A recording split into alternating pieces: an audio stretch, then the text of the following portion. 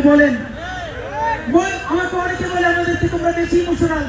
ভাই প্র্যাকটিক্যাল যদি হইতাম তাইলে এতদিনে উপদেষ্টার অন্যান্য চাঁদাবাজি অথবা সচিবালয়ের সামনে ঘুরঘুর করতাম।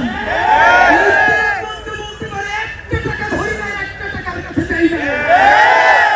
শহীদদের রক্তের সাথে আমাদের জীবনের বিনিময়ে যদি ইনসাফ আইনে দেওয়া লাগে, সেই ইনসাফ আইনে দিয়ে আমরা একটা দেশ মৃত্যু চাই। বন্ধুরা আমার, সামনের ইলেকশন শুরু, সামনের ইলেকশন শেষ না। আমরা এমন রাজনীতি করবো ইনশাআল্লাহ, এই রাজনীতির মডেলে আগামী 20 বছর পর বাংলাদেশের রাজনীতি বদলে বাধ্য হবে। বন্ধুরা আমার, আজকে আমি আপনাকে বলতে চাই, আমি নিজেকে এখানে টোপ হিসেবে ব্যবহার করছি।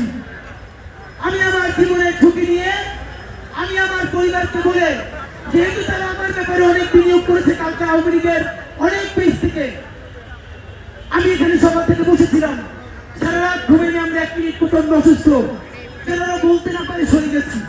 আমাদের 10 জন পাহারা দিয়ে নাই, যদি ওরা গুলি চালাতে আসে এসে চালাক, যেহেতু আসে নাই আমরা মিছিল নিয়ে এখন তাদের কার্যালয়ে যাব।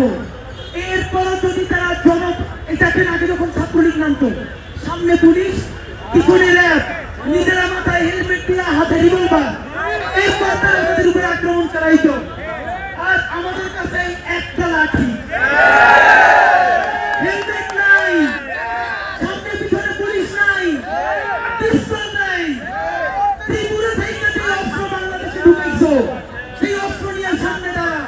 যদি আমরা সামনে থেকে পাই, তাইলে জীবনে আর রাজপথে নামবো না।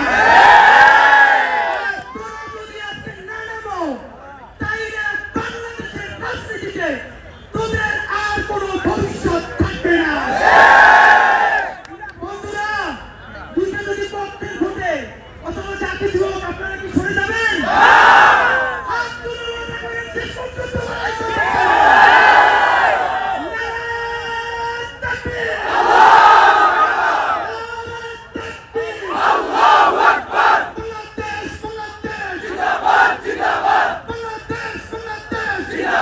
জিন্দাবাদ